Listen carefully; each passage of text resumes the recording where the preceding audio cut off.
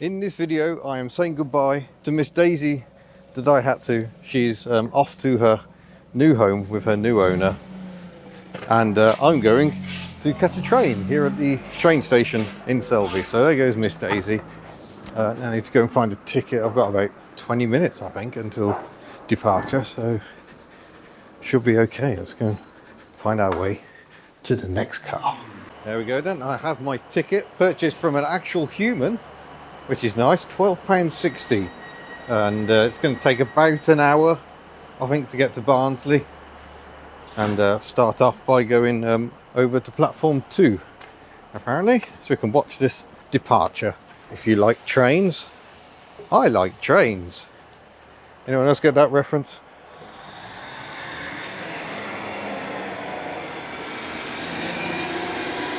I don't know what class these are, but it's one of those grim old northern ones, isn't it? Nice noise.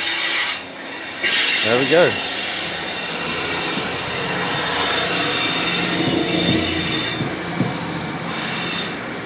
Hi trains.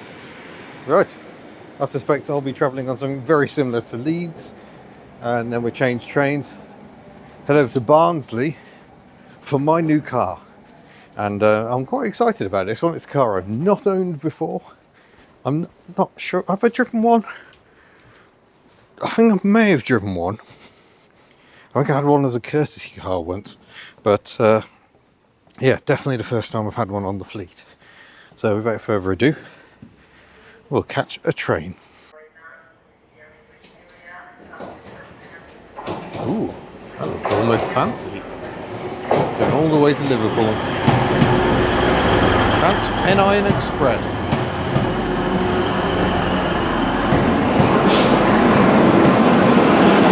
Oh, that's some noise.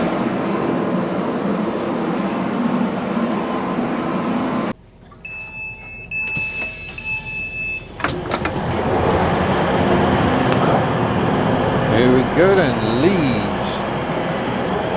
Should be a fun one this. I wish I had time. I've never really explored Leeds, but we're going to find our way out.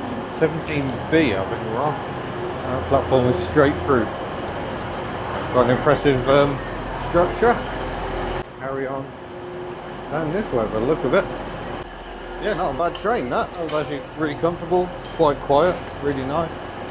So yeah, very pleasant.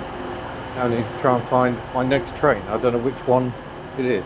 Leaving platform 17B, and we've already got one. We've got a class 158, same as we have up in Aberystwyth. It's like we're currently locked off it. So this is going down to Nottingham. Oh, class 65, or is it 66? Goods train over there.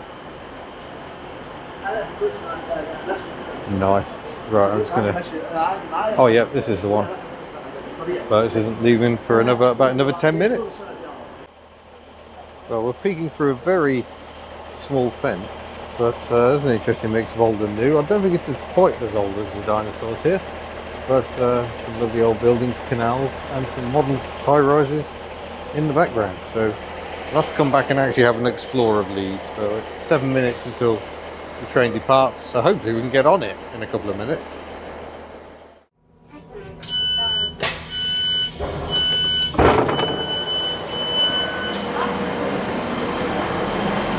Oh, marvellous, isn't it? People standing in the way when you're trying to get where you need to go. But nonetheless, that's Barnsley, and we are straight out into Barnsley, and I don't know which way to go.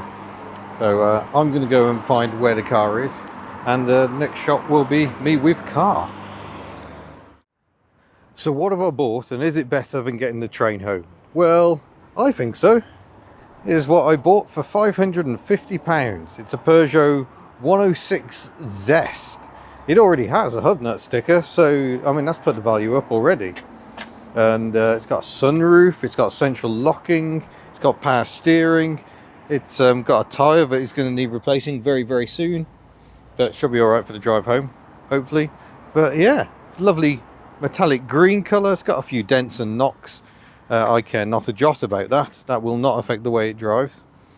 But yeah, seems decent for the money, I would say. 550 does not get you much car these days, But you know, the doors, look at the doors are really enormous, and a nice lively interior, and it feels quite nice in here because you've got the sunroof, so that's really rather pleasant. And I've got the same sort of green dials I've got in the Berlingo, but with less falling apart, so that's good. Have got the odd pedal position, so I think that's the throttle, but it's actually the footwell. Throttle's all the way over here, so I don't think I'm going to like that. But one of the reasons this car was cheap is he only reckoned the gear shift was baggy and horrible. And to be honest, it's not the best, but all the gears are there, so I think I will say that's good enough. We've got blanking plugs ahoy, don't know what they're for. The window switches are just down here, added onto the gear lever cover. I just want to check one thing. I'm not sure the heater fan is working on all settings. No. Oh, I need the ignition on, that's why.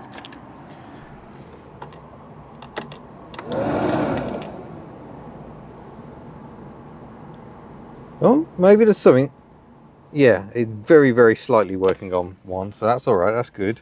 I haven't tested whether it makes heat. Oh yeah, it does. I can feel the heat. Don't want the heat.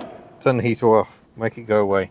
We've got a glove box with some spare bulbs in it. We've got a big pack of paperwork, and it has an MOT. Got the owner's handbook.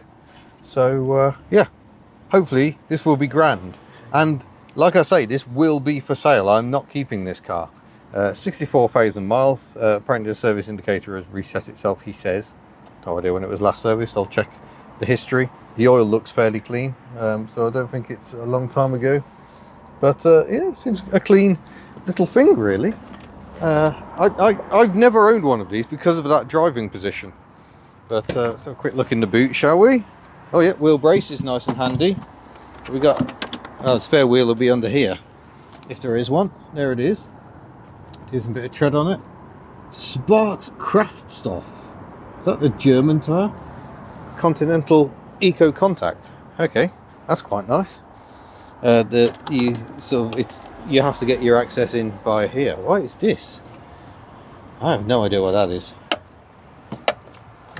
It's like a wheel chock, and that's your jack. Oh, I've never seen one packaged up like that. That's quite neat. Tighten the straps, maybe. Maybe we won't tighten the straps. We'll leave things just as they are. But show you under the bonnet. Of course, being a fairly modern French car, the bonnet release is on the passenger side. There we go.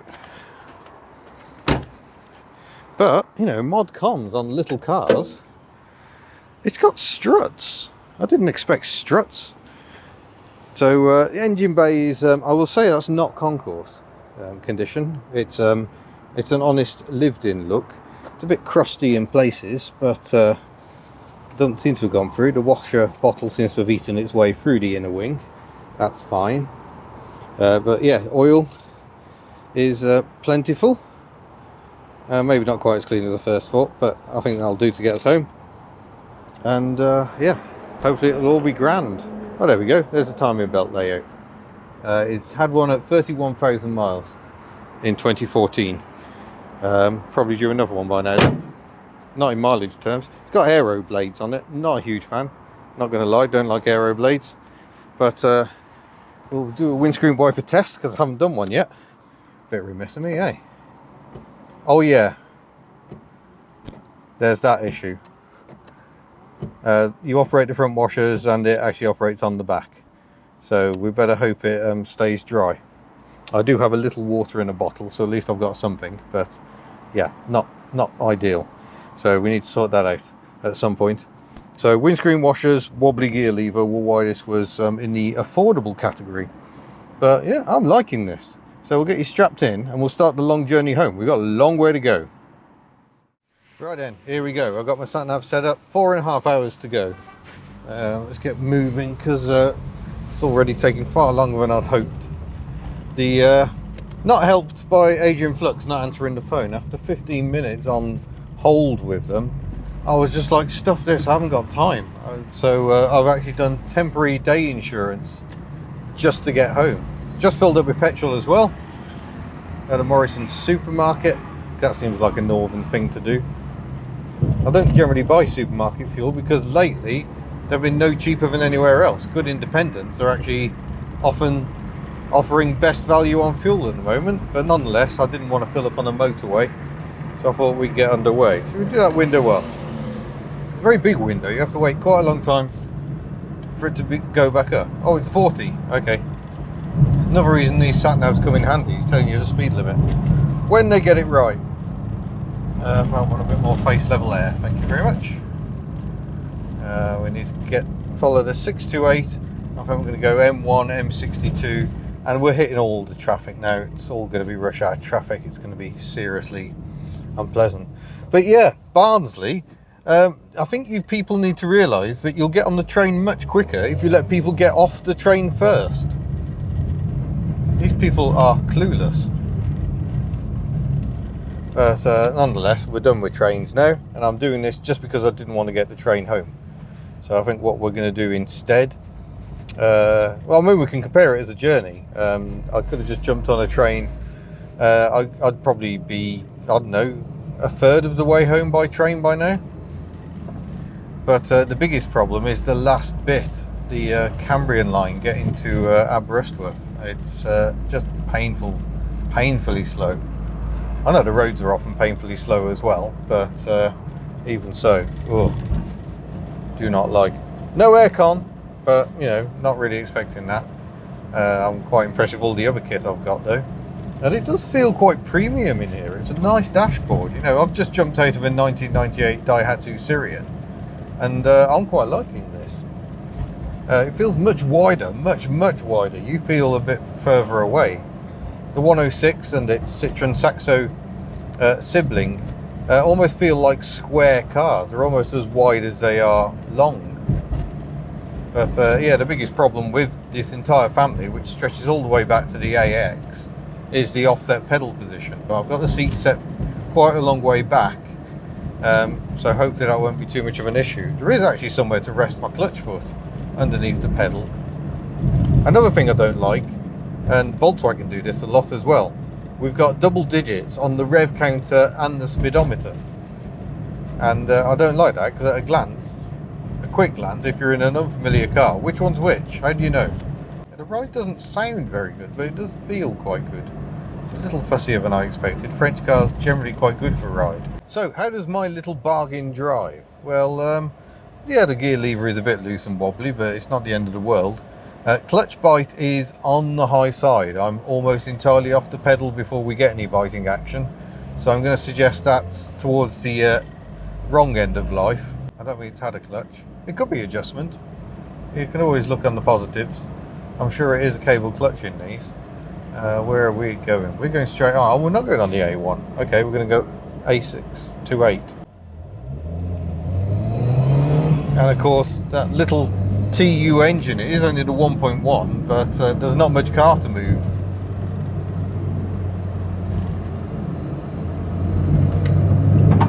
Oh, things are making their way around the boot. Oh, it does want me to go left here. Okay, well, oh no, this is going to be a sat-nav special.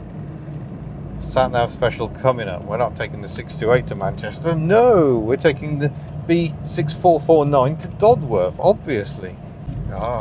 These engines, I wouldn't say they have torque, but they're very happy to rev low. The last time we saw a TU engine was under the bonnet of that Peugeot 1U7 that I drove, the one with the fancy doors. That was a 1.4, I think, and this is the 1.1. TU engines were kind of inspired by the larger XU engines and replaced the suitcase engines that were being used by Peugeot in things like the BX, Visa, 205, 309. Did 309? No, I don't think the 309 used a suitcase engine, but I think they did fit TU engines to them when they came in. Overhead cam, single cam, and they later did 16 valve versions as well. But very merry little engine. I'm doing 30 miles an hour in fifth, and as long as I use light throttle, it seems quite happy with that. But yeah, nice comfortable seats, and like I said, loads of elbow room. They actually feel very spacious. They feel much bigger than they are, although the bonnet seems very short, and these skinny pillars make the airbag seem rather redundant. I think I'm going to stick to my usual approach of try not to crash. Because let's face it, most of my cars are death traps. Oh, come on, traffic lights, I want to get home. Today's been quite a frustrating day for making progress. Ironically, the best bit of it was the train. I got to the station about 10 minutes before the train departed. There was 10 minutes between connections, and then I was at my destination. The only downside was the gentleman who was blaring loud music out of his phone and then gaming on it. We had a loud conversation first of all, and then he was gaming on it, just blasting sound out. But the guard, thankfully, there was actually a guard, and they did actually tell him to shut up, which he did. Don't envy guards. Later heard him talking about some previous experiences he'd had. Violent teenagers and people just saying, oh well, I don't need to pay, so I'm not going to. People are lovely. Right, we're going to carry on. We've got a long way to go, 185 miles to home. It's going to take 4 hours and 20 minutes and get home at gone 9 o'clock. Jeepers, that's going to be a long day. But and I'm going to have to stop for dinner as well. I think I'm just going to drive, and if the traffic just starts getting really grim, I'll come off and find some food. That sounds like a reasonable plan. I've got the sunroof open for a bit of ventilation. Haven't had a sunroof for a while. Don't know if it leaks. Wales will certainly test it. And then, yeah, we shall see how we go. Oh, we're near Peniston.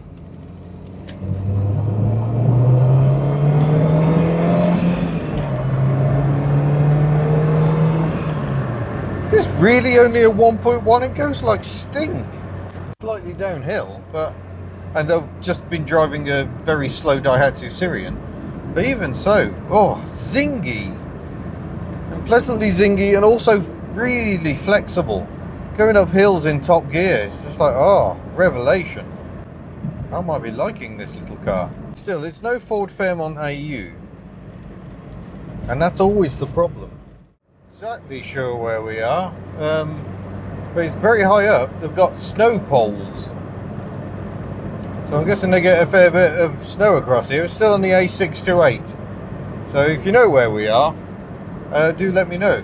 We're stopped here. I think I'm going to sacrifice a little water. I'll just try not to get my arm taken off by a lorry, but I think we'll be alright. Manual screen wash. Oh, they're terrible.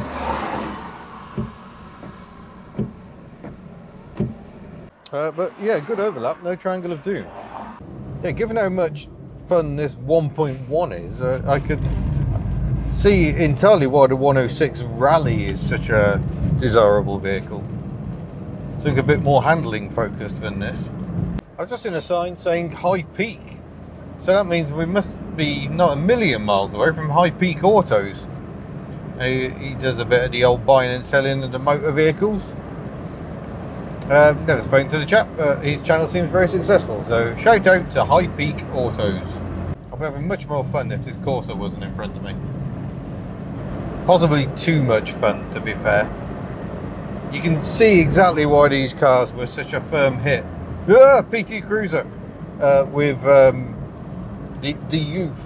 The youth love these cars, and you can see exactly why. Every twisty road becomes an adventure.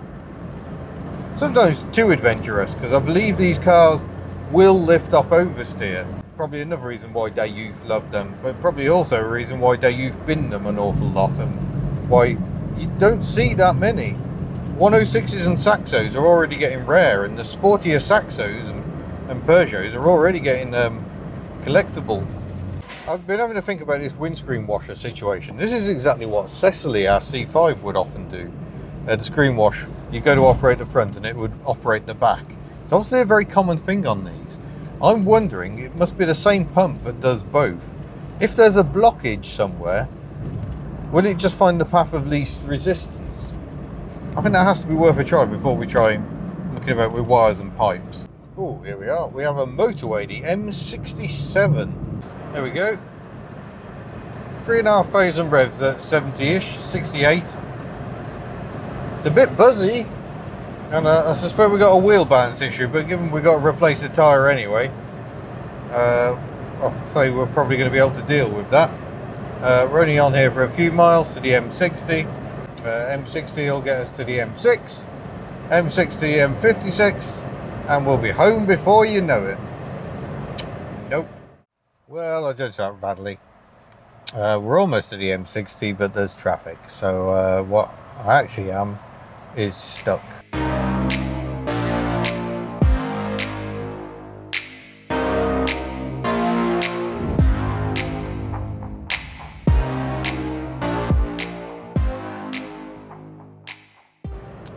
No M6. We just came onto the M60, and M60 takes us straight to the M56 towards Chester. So things are looking up. I forget, we're so much further south from where I dropped Miss Daisy, what feels like forever ago. But nonetheless, little Peugeot is still going on, so we shall keep going on. 149 miles to go. Well, that was a bit unexpected. I just got flashed by a girl in a Peugeot 106. Do 106 owners flash and wave at each other? She was coming the other way, so it wasn't because of my driving, I don't think. Oh, slow down, little car. That was because of my driving.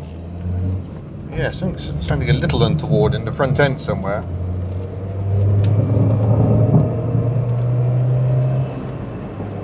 I think that big bang was the wheel brace floating around in the boot.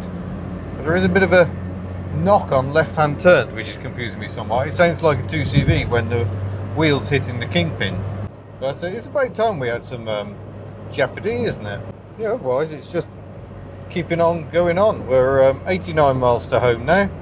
That's still going to take a couple of hours. I'm going to stop for food. I've decided I'm going to stop at Oswald Street, but I'm going to check the route ahead before I decide where I'm going for dinner. That's where I wanted to go, OK Diner. But as I came around the roundabout, I saw that the road is going to be closed at, well, I can't remember the name of the place. Let's go and have a look. But it closes in an hour, so I haven't got time to stop and have a sit down food. So I'm going to Llanymynech. That's where it's closed for 2 nights. So I'm going to push on to Welshpool. Bit irritating, but there we go. Not many food options in Welshpool. I think there are some burgery type places, but I know I'm just going to end up at the Golden Arches for another thoroughly disappointing but convenient meal. Oh, should we do a 0 to 60? Oh, I think that car may have run that light coming through at that speed. Here we go.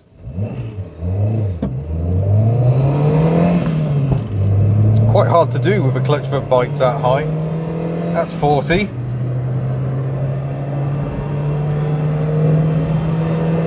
That's an indicated 60, which conveniently is about the speed limit of 50 at this point. Okay, 0 to 50. But it doesn't hang about. Makes a pleasant noise whilst getting on, I'm going to conclude. Now, here's a thought. There is a local sort of auto test competition, but it's on mud. It's quite rough for cars. If this car was mint, I would never even contemplate it, but given the body's already knocked about a bit, there's a bit of me wondering whether it might not be a bad idea to keep this car after all. But then something else would have to go. The Roadworks are in place. Not meant to start till 8. They've already closed the friggin' road. What's the point putting signs up saying when a road closure is going to be, and then just closing it anyway?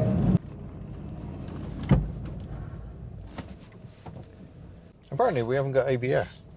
So now we're on the unofficial route to get around it, which is why it's complete chaos. But hey, maybe they shouldn't put road closures in place before they're meant to be out. Thank goodness we managed to get to the other side of that. It's only a small section of road they've closed, but it's just ridiculous. Beyond angry that they would advertise a start time for the roadworks and then just start an hour earlier. How are you meant to plan if you're not sticking to your own time scales? Bloody ridiculous. But yeah, it was fun and games down the back roads, but thankfully we managed to get around it. It's just, makes me very angry. Thankfully the 106 is still going, but yeah, looks like it might be revolting Mackey's for dinner. Right, everything's charging, so you're going to have to wait. But even by the standards of McDonald's, that was disappointing. I went for their steakhouse burger, which is just 2 of their regular patties in a slightly different roll, with a load of lettuce. I took out red onion, so they obviously thought, oh, we must need to balance it out. I shall put half a lettuce in here. No, I did not want half a lettuce, thank you very much. So yeah, thoroughly disappointing, but hey, the milkshake machine did actually work, which is a rare treat these days, isn't it? It's about the only thing that I actually like at a McDonald's. So after that thoroughly disappointing fare, I should have just gone into town and tried to find an independent place, but hey, sucks to be me. I'm going to carry on home. It's something a bit weird. I just went to open the door to get out, and the door's locked. So we will not be leaving the keys in this car at any point.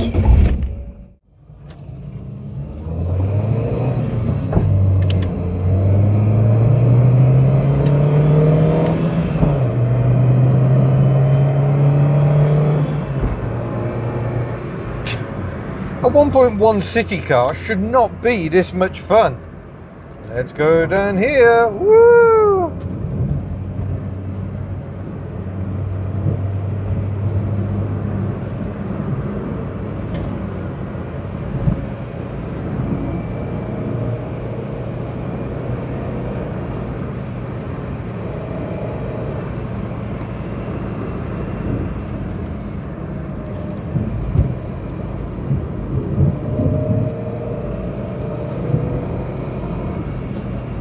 Oh my gosh, this thing is like a mini. No matter how quick you go around the bend, it is somehow well within the capabilities of the car. And this is on tiny little 165 13s.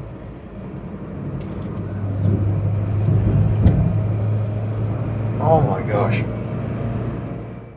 Well, it's been a long journey, but we're almost home. This is probably the last time I'm going to get to see this car in some sort of light before tomorrow morning. So I think we'll wrap that one up.